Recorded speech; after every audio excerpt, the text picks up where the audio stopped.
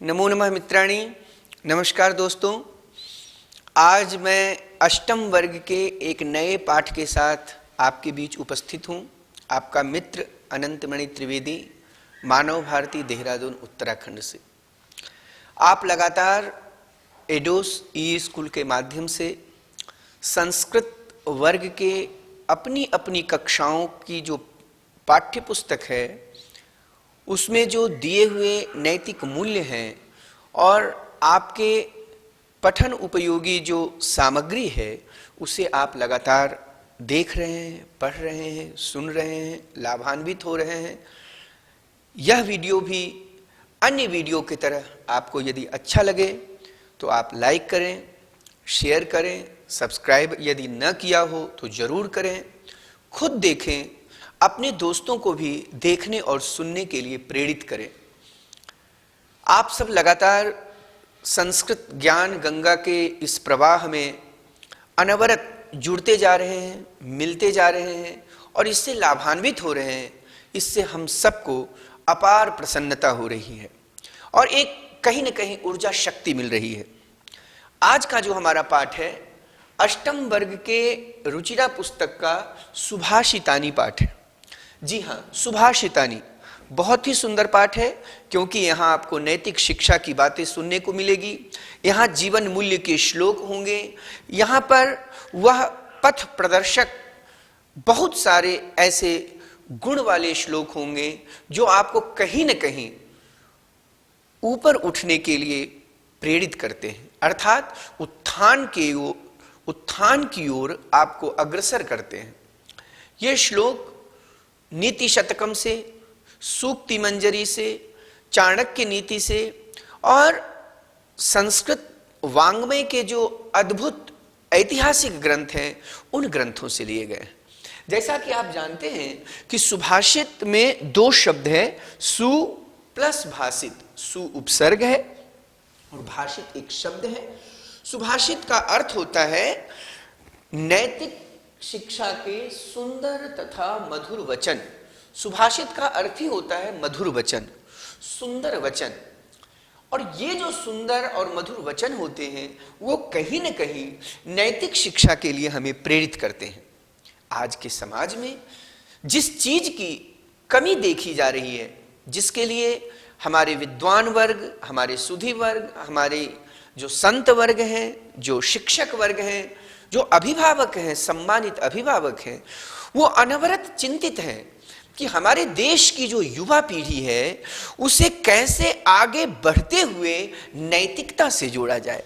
क्योंकि आपके पास सब कुछ है, रुपए हैं, पैसे हैं, घर है, समाज है, सोसाइटी है, सब कुछ है, पर जिसका निरंतर पतन देखा जा रहा है, जो निरंतर समाज में युवा पीढ़ी के अंदर नहीं देखी जा रही है, वो है नैतिक शिक्षा, जिसके बिना हम मानव तो कम से कम कहलाने के हक नहीं रखते। क्योंकि नैतिकता नहीं है तो हम मनुष्य नहीं हैं, नैतिक शिक्षा नहीं है तो हम मानवीय गुणों से अपने आप को ओतप्रोत नहीं समझ सकते। आज का जो यह सुभाषितानी का पाठ है वह आपके अंदर मानवीय गुणों को लाने का प्रयास करेगा और नैतिक शिक्षा के श्लोकों के माध्यम से आपके उज्जवल भविष्य का मार्ग भी प्रशस्त करेगा।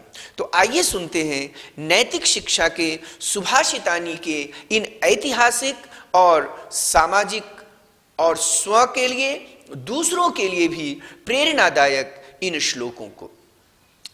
तो सबसे पहला श्लोक है, गुणा गुणज्ञेषु गुणा भवन्ति ते निर्गुणं प्राप्य भवन्ति दोषाः सुस्वादुतो याः प्रभवन्ति नद्यः समुद्रमासाद्य भवन्त्यपेयाः समुद्रमासाद्य भवन्त्यपेयाः। मैं इस श्लोक का पुनः वाचन करता हूं, आप ध्यान से सुने। गुणा गुणज्ञेषु गुणा भवन्ति ते निर्गुणं निर्गुणं प्राप्य भवन्ति दोषाः सुस्वादुतोयाः प्रभवन्ति नद्यः समुद्रमासाद्य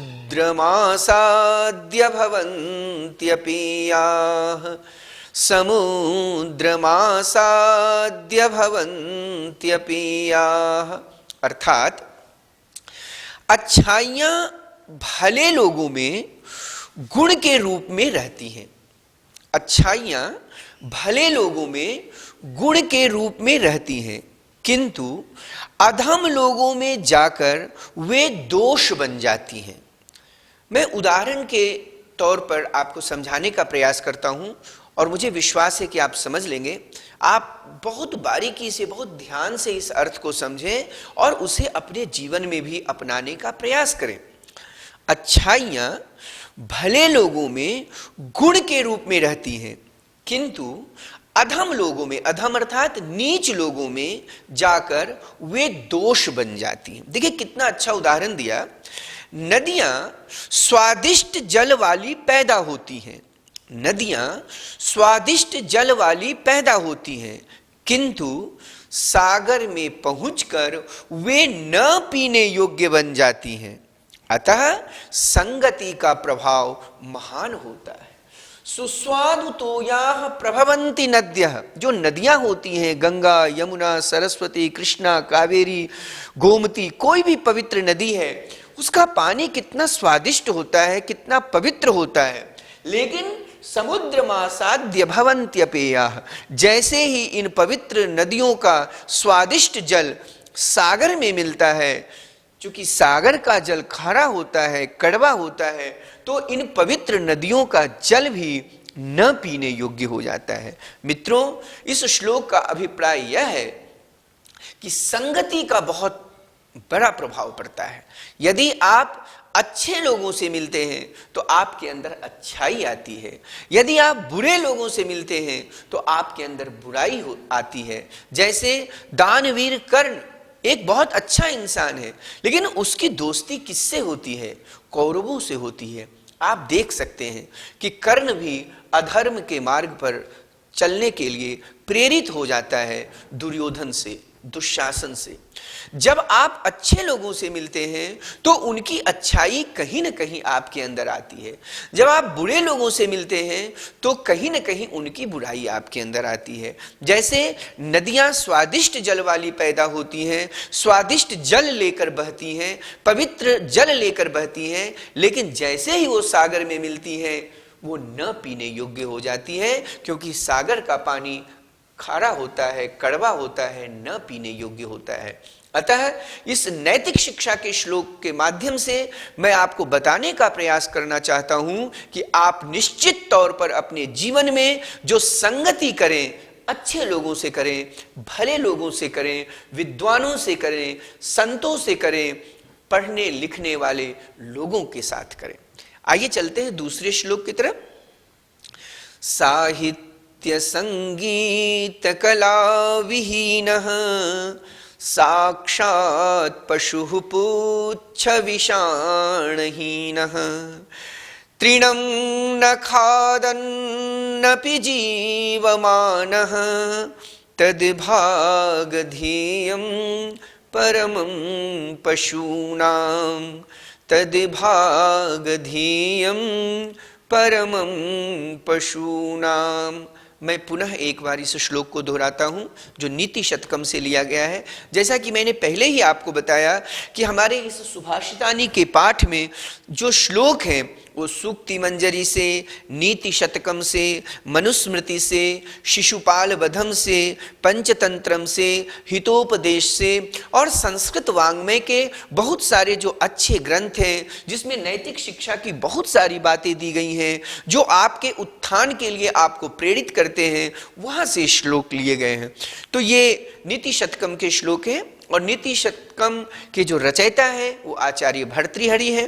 तो बहुत ध्यान से सुने कि साहित्य संगीत कला विहीनः साक्षात् पशुः पुच्छ विषाणहीनः तृणं न खादन्नपि जीवमानः तद्भागधेयं परमं पशूनां, तद्भागधेयं परमं पशूनां।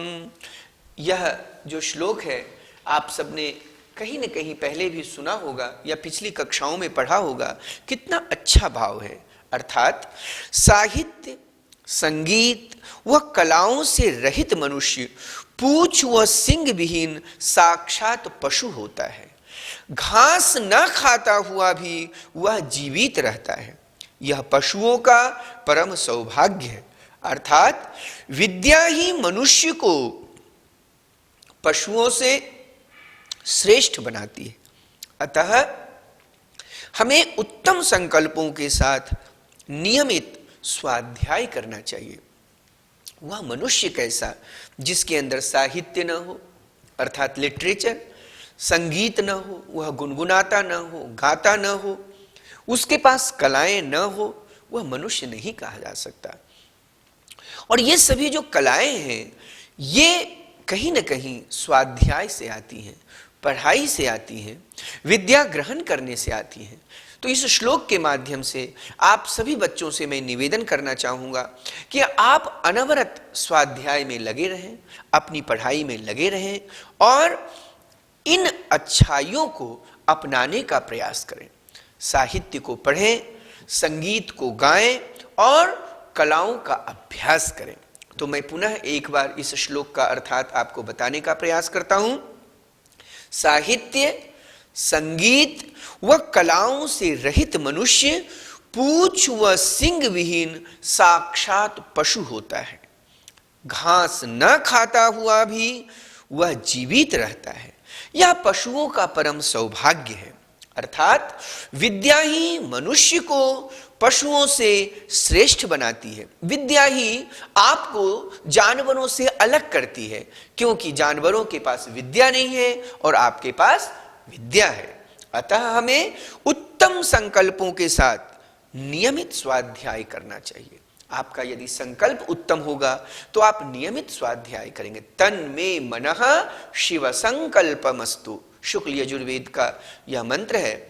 तो तन में मनः शिव संकल्पमस्तु, हमारा मन उत्तम संकल्पों वाला हो, क्योंकि यदि आपका मन उत्तम संकल्पों वाला होगा तो आप स्वाध्याय करेंगे, विद्या ग्रहण करेंगे।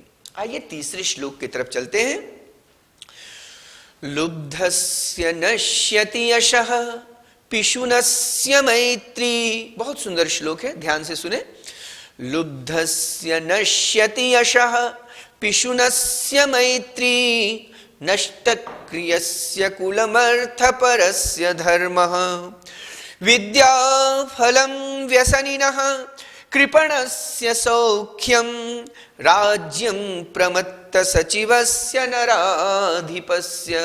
मैं पुनः इसका वाचन करता हूं। लुब्धस्य नश्यति यशः पिशुनस्य मैत्री, नष्टक्रियस्य कुलमर्थपरस्य धर्मः, विद्याफलं व्यसनिनः कृपणस्य सौख्यं, राज्यं प्रमत्त सचिवस्य नराधिपस्य। अर्थात लोभी की कीर्ति, चुगलखोर की दोस्ती, निठल्ले का वंश, केवल पैसे के विषय में सोचने वाले का धर्म, बुरी आदतों से ग्रसित व्यक्ति का ज्ञान, कंजूस की दोस्ती और लापरवाह मंत्री वाले राजा का राज्य नष्ट हो जाता है।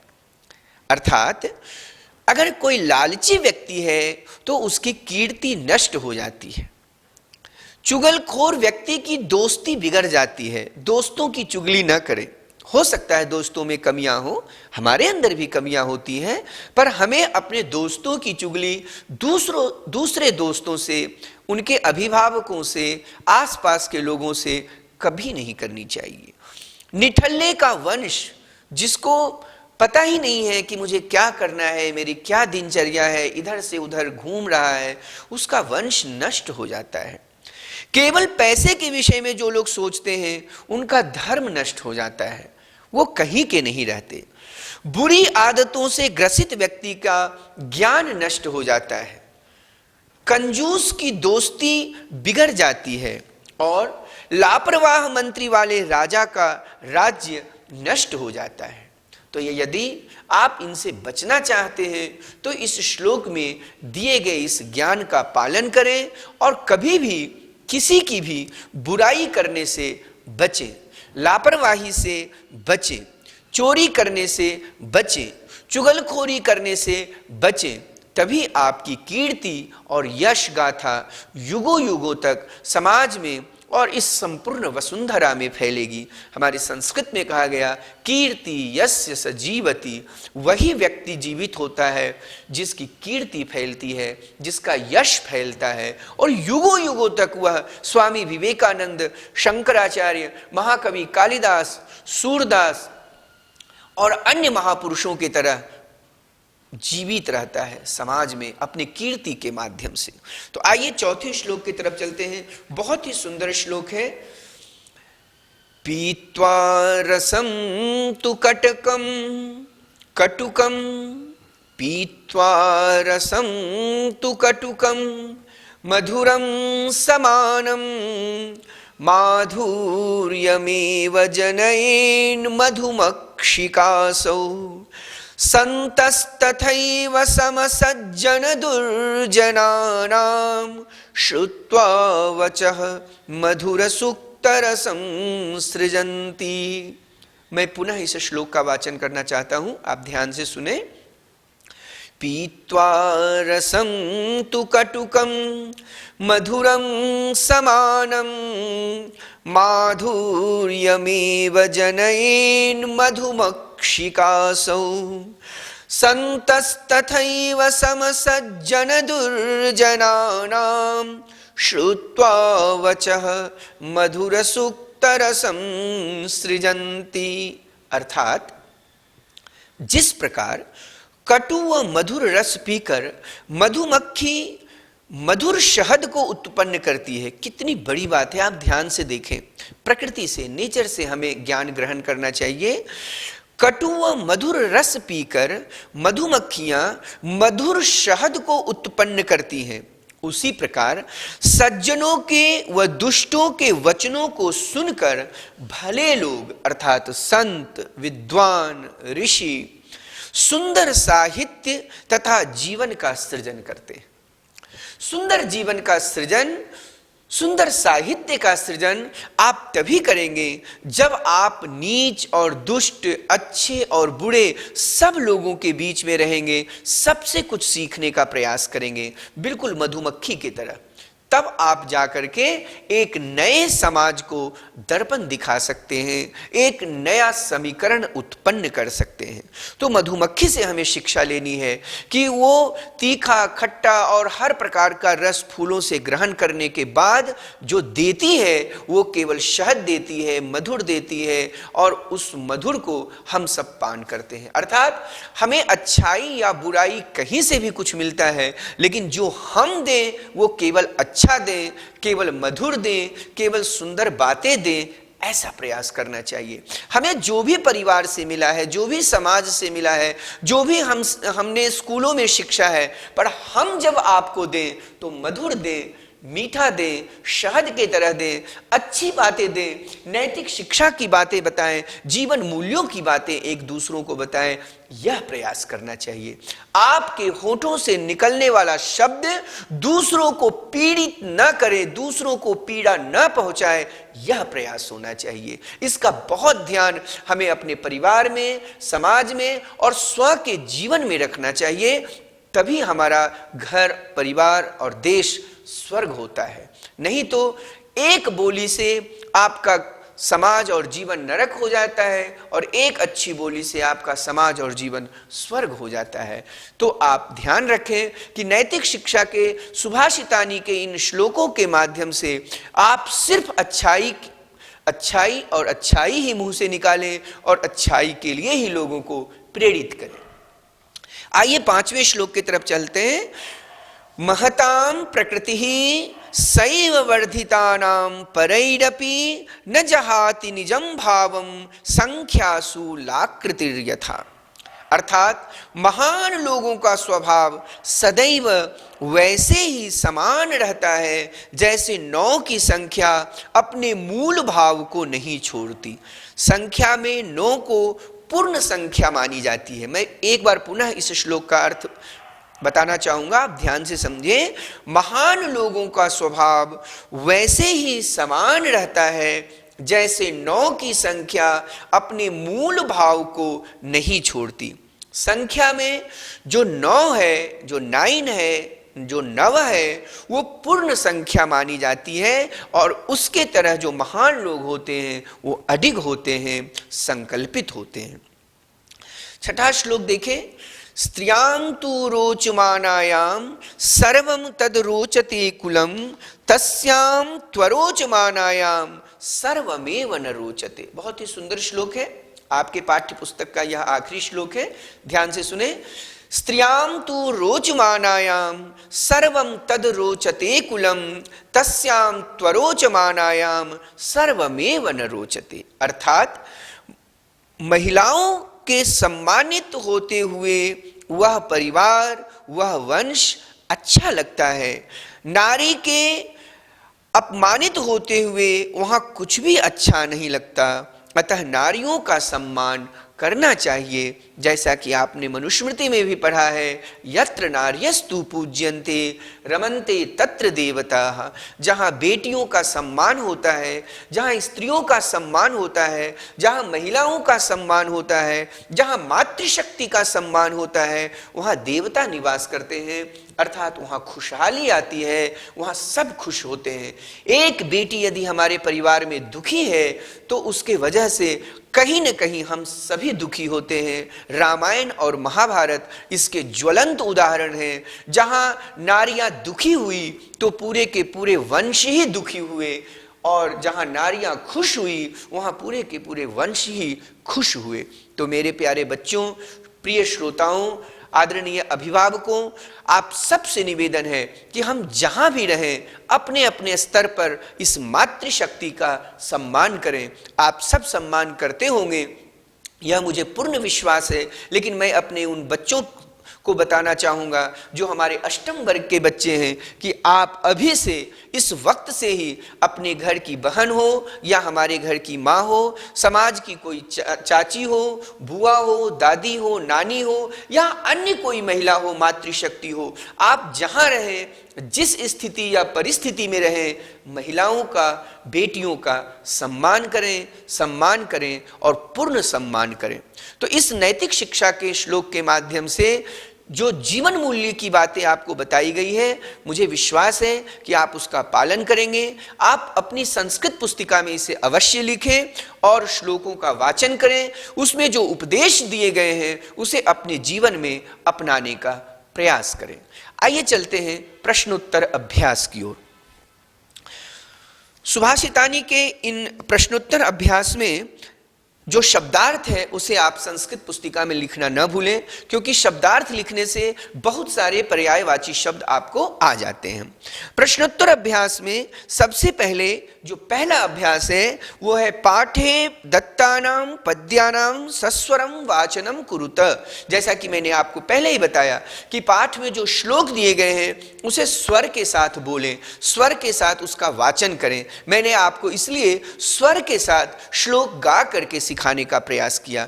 तो जो पहला अभ्यास है वो यह है कि आप अपने श्लोकों को गाएं और गाकर उसका श्रवण करें, लोगों को भी सुनाएं।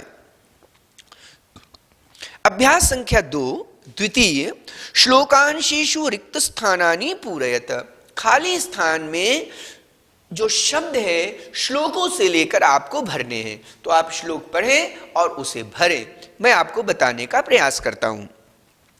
समुद्रमासाद्य भवन्त्यपीयाः, भवन्ति अपीयाः, भवन्त्यपीयाः। तो सबसे पहले जो अभ्यास संख्या द्वितीय का क है वहां आप लिखेंगे भवन्त्यपीयाः। समुद्रमासाद्य भवन्त्यपीयाः। ख श्रुत्वा वचः मधुर सुक्त रसम सृजन्ति। श्रुत्वा, आप उसमें श्रुत्वा लिखेंगे, श्रुत्वा अर्थात सुनकर। ग तद्भाग ध्येयम परमं पशूनाम। घ विद्याफलं व्यसनिनः कृपणस्य सौख्यम। ङ पौरुषं विहाय यः दैवम एव अवलंबते। दैवम एव अवलंबते, ऐसा लिखेंगे। च चिंतनीया हि विपदाम आदावेव प्रतिक्रियाः। च में आप लिखेंगे चिंतनीया हि विपदाम आदावेव प्रतिक्रियाः। अभ्यास संख्या तृतीय, प्रश्नानाम उत्तराणि एक पदेन लिखत। जैसा कि आप जानते हैं एक पद का मतलब होता है एक शब्द। प्रश्नों के उत्तर आपको एक शब्द में लिखना है। व्यसनिनः किम नश्यति? विद्याफलम। विद्याफलम। व्यसनिनः किम नश्यति? विद्याफलम। आप ऐसे लिखेंगे विद्याफलम। शब्द के अंत में कभी बिंदु नहीं देते, शब्द के अंत में आपको क्या देना है? म देना है। अभ्यास संख्या 3 का क। ये विद्याफलम। कस्य यशः नश्यति? किसका यश नष्ट हो जाता है? किसका यश नष्ट हो जाता है? लुब्धस्य, जो लालची है, जो लालची है उसका यश नष्ट हो जाता है। अतः लालच न करें, एक सीमा तक लालच करें, बहुत लालच करने की आवश्यकता नहीं है। मधुमक्षिका किम जनयति? माधुर्यम। मधुमक्षिका किम जनयति? माधुर्यम, मीठापन।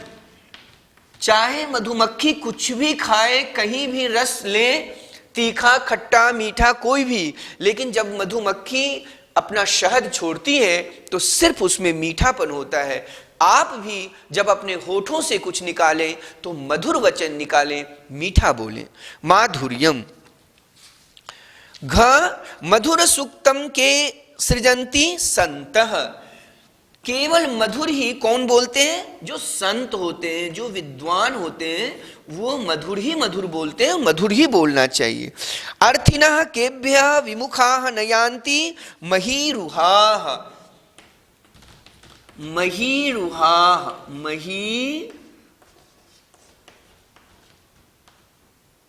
महीरुहाः, ऐसा। ये अभ्यास संख्या तृतीय का है। विद्याफलम, लुब्धस्य, माधुर्यम, संतः और महीरुहाः। अभ्यास संख्या चतुर्थ में अधोलिखित तद्भव शब्दानां कृते पाठात् चित्वा संस्कृत पदानि लिखत। एक तरफ तद्भव शब्द दिए हुए हैं, आप उन तद्भव शब्दों के साथ संस्कृत के तत्सम शब्द लगाएंगे। जैसे कंजूस कृपणः, कड़वा कटु, पूछ पुच्छः, लोभी लुब्धः, मधुमक्खी मधुमक्षिका, तिनका तृणम। आप संस्कृत पुस्तिका में लिखने का प्रयास करें कि ये जो तद्भव शब्द है इसका तत्सम लिखना है, संस्कृत शब्द लिखना है। मैं पुनः दोहराता हूं, कंजूस कृपणः, कड़वा कटु, पूछ पुच्छः, लोभी लुब्धः, मधुमक्खी मधुमक्षिका, तिनका तृणम। इन शब्दों के तरह अन्य शब्दों का भी हमें अभ्यास करना चाहिए और अपनी संस्कृत पुस्तिका में उन शब्दों को अवश्य लिखना चाहिए। अभ्यास संख्या 5। अधोलिखितेषु वाक्येषु कर्तृपदम क्रियापदम च चित्वा लिखत। वाक्य दिए गए हैं, इन वाक्यों में कर्ता और क्रिया आपको ढूंढकर लिखनी है। संतः मधुर सूक्तम सृजन्ति। इसमें कर्ता क्या है? संतः। क्रिया क्या है? सृजन्ति। क निर्गुणम प्राप्य भवन्ति दोषाः। कर्ता क्या है? दोषाः। क्रिया क्या है? भवन्ति। ख गुणज्ञेषु गुणाः भवन्ति। गुणाः कर्ता, भवन्ति क्रिया। घ पिशुनस्य मैत्री यशः नाशयति। इसके पहले ग देखें। मधुमक्षिका माधुर्यम जनयेत। कर्ता क्या है? मधुमक्षिका। क्रिया क्या है? जनयेत। घ पिशुनस्य मैत्री यशः नाशयति। कर्ता क्या है? मैत्री। क्रिया क्या है? नाशयति। अंग नद्यः समुद्रमासाद्य अपीयाः भवन्ति। इसमें कर्ता क्या है? नद्यः।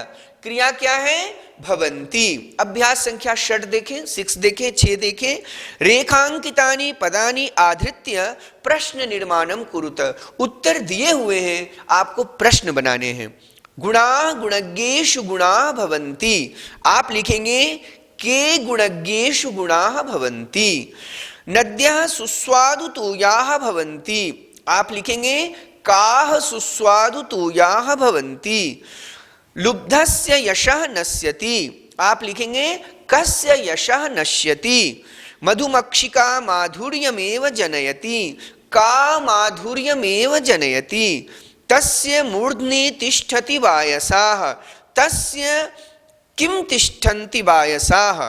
तस्य किं तिष्ठन्ति वायसाः या कुत्र तिष्ठन्ति वायसाः। ऐसा भी आप करके वाक्यों का प्रश्न बना सकते हैं। अभ्यास संख्या 7 उदाहरणानुसारम पदानि पृथक कुरुत। शब्द दिए हुए हैं, इसे आपको पृथक करना है। पृथक अर्थात अलग करना है, अर्थात संधि विच्छेद करना है। तो समुद्रमासाद्य समुद्रम आसाद्य। माधुर्यमेव माधुर्यम एव। अल्पमेव अल्पम एव। सर्वमेव सर्वम एव। दैवमेव दैवम एव। महात्मानां उक्तिः महात्मानां युक्तिः। विपदावेव विपदाम आदावेव। तो इस तरह ये जो प्रश्नोत्तर अभ्यास है, आप अपनी संस्कृत पुस्तिका में लिखें, उसका वाचन करें और परीक्षा के दृष्टिकोण से, ज्ञान के दृष्टिकोण से इस पाठ को बार बार पढ़ें, अपने अभिभावकों को सुनाएं। और साथ में आपसे निवेदन है कि आपके इस पाठ्य पुस्तक में जो योग्यता विस्तार दिया गया है उसे पढ़ना न भूलें, क्योंकि उसमें बहुत सारी बातें आपकी जो योग्यता है और आपका जो ज्ञान है उससे संबंधित होता है, समझने के लिए होता है। और उसे आप समझें, पढ़ें, उसका वाचन करें। साथ ही आपसे निवेदन है कि जैसे इन श्लोकों को आपने पढ़ा, उसी प्रकार अन्य नैतिक शिक्षा के श्लोकों को भी पढ़ने का प्रयास करें और उसमें जो ज्ञान वैभव है उसे अपने जीवन में उतारें। तो बहुत बहुत धन्यवाद। आप लगातार हमारे संस्कृत वीडियो को देख रहे हैं। यह वीडियो भी यदि आपको अच्छा लगे तो लाइक करें, शेयर करें, सब्सक्राइब करें, खुद देखें, सुने और दूसरों को भी देखने और सुनने के लिए प्रेरित करें। जयतु संस्कृतम, जयतु भारतम।